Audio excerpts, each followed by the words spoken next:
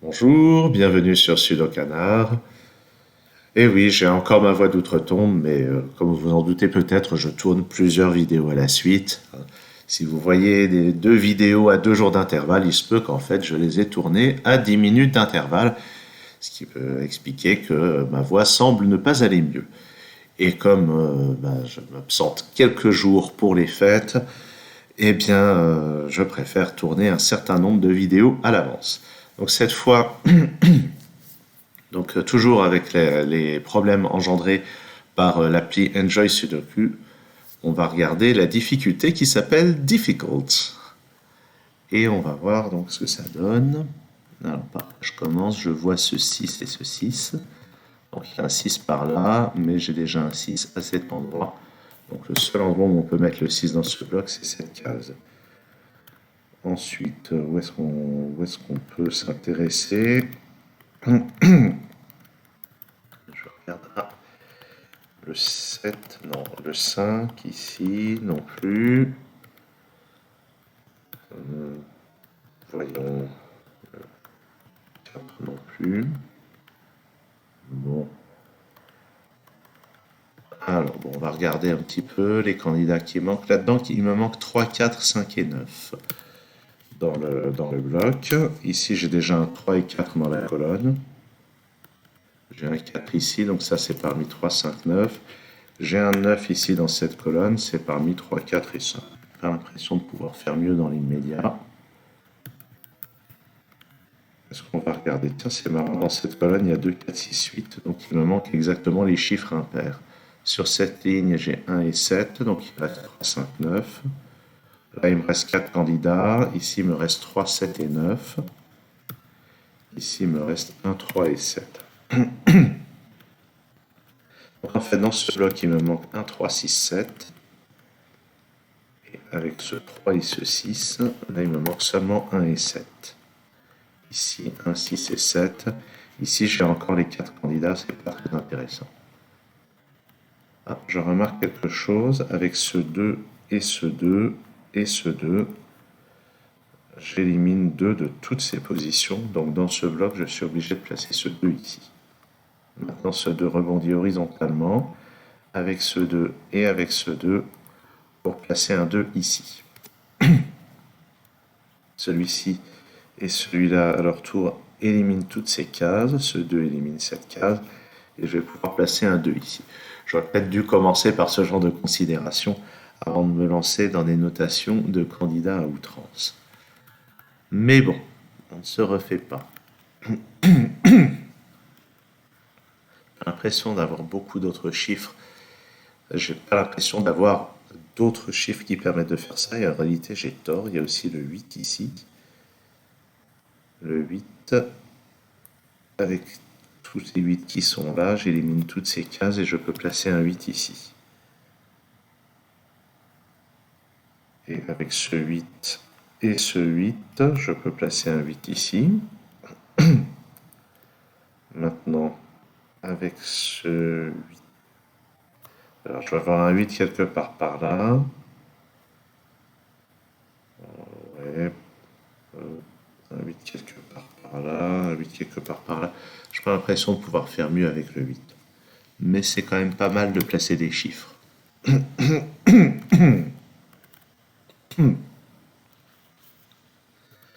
Bon, regardons. Dans ce bloc, il me manque 1, 3, 5 et 9. Là, j'ai le 5, là, j'ai le 1. Donc ça, c'est 3 ou 9. Sur cette ligne, il me manque 3, 4, 5 et 9. J'ai déjà un 5 dans cette colonne. Ici, j'ai les 4 candidats. À vrai dire, les 4 candidats sont plausibles dans toutes ces cases. Et sur ces 3-là, je n'ai aucune élimination. Donc revenons à 1, 3, 5 et 9 là-dedans. Ça, c'est pas un 3, il y en a déjà dans la colonne. Par contre, là, j'ai encore tous les candidats. Bon, ben, c'est pas si simple. Alors, le 5 n'est pas là-dedans. Donc, dans cette colonne, il est soit là, soit là. Dans certains cas, ça peut donner des X-Wing, des choses comme ça. Mais d'abord, je vais repérer qu'ici, il me manque un 5 et 7. J'ai un 7 ici. Donc j'ai 7 à cet endroit, et là c'est 1 et 5. 1 et 5, ça m'élimine le candidat 5 dans cette case, et ici ça ne peut plus être que 3 ou 4. Ce 7 qui est ici rebondit pour me donner ce 1, puis ce 5 et ce 1, et on peut avancer un peu. Là-dedans, sur la ligne, c'est un 4 et un 9 qui manquent. Et ça, c'est 3, 7 ou 6. Sur cette ligne, il me manque un 3, 6, 7. Là, j'ai déjà un 3. Il y a un 7 dans cette colonne, donc 1 ou 6. Il y a un 6 dans cette colonne, donc 1 ou 7. Sur cette ligne, il me manque 5, 6, 7, 8. J'ai quelques restrictions en regardant verticalement. Ah ben ça ne peut être que le 7. J'ai déjà 5, 6 et 8 dans la colonne. Donc ça, c'est un 7. Ça me donne ce 6. Et ce 7 me donne ce 1 et ce 6. En fait, on progresse bien en ayant repéré ce qui se passe au niveau des 7. Est-ce que j'ai d'autres 7 à placer? Vu comme ça ne me saute pas aux yeux du tout. Bon, ça, c'est 3, 4 ou 9 en regardant dans la colonne. Et maintenant, toujours un 3, 5, 9 là-dedans, ça n'a pas l'air de se décanter. Où va-t-on regarder? Dans cette colonne, il me manque 5, 6, 8, 9. Là, j'ai un 8. Et là, j'ai un 5. Par contre, là, j'ai les 5 candidats. Pas drôle. Là, c'est toujours 3, 4, 5, 9.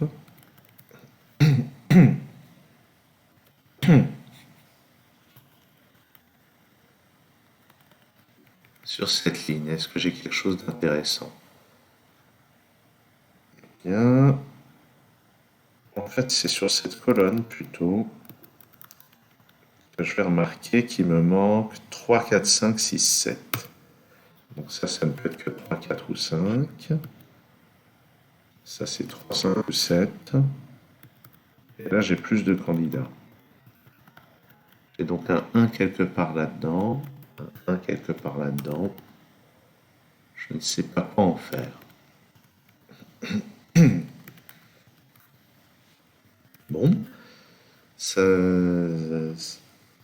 pas immédiat hein, ce problème. J'imagine qu'à un moment, il va y avoir une étape pas énorme, mais qui va tout débloquer. Pour le moment, je ne l'ai pas trouvé. Voyons.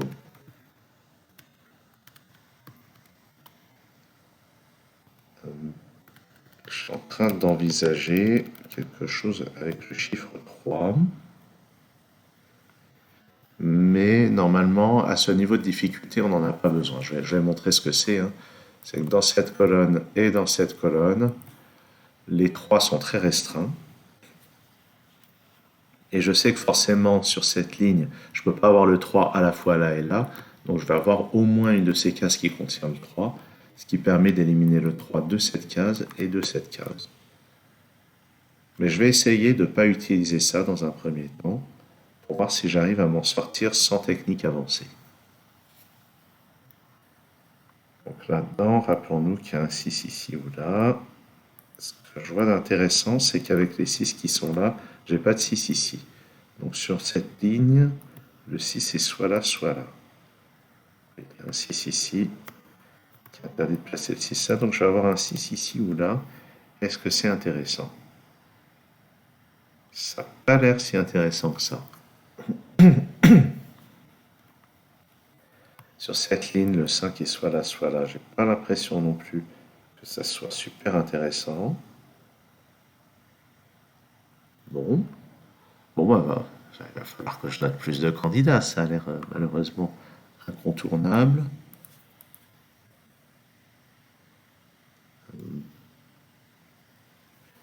Mais j'essaye quand même de ne pas noter plus de 3 candidats dans une case pour que ça reste lisible.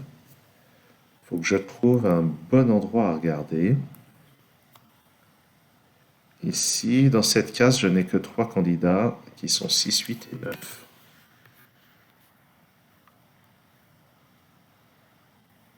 Le 7 est quelque part par là, mais je n'ai vraiment pas d'indication sur où.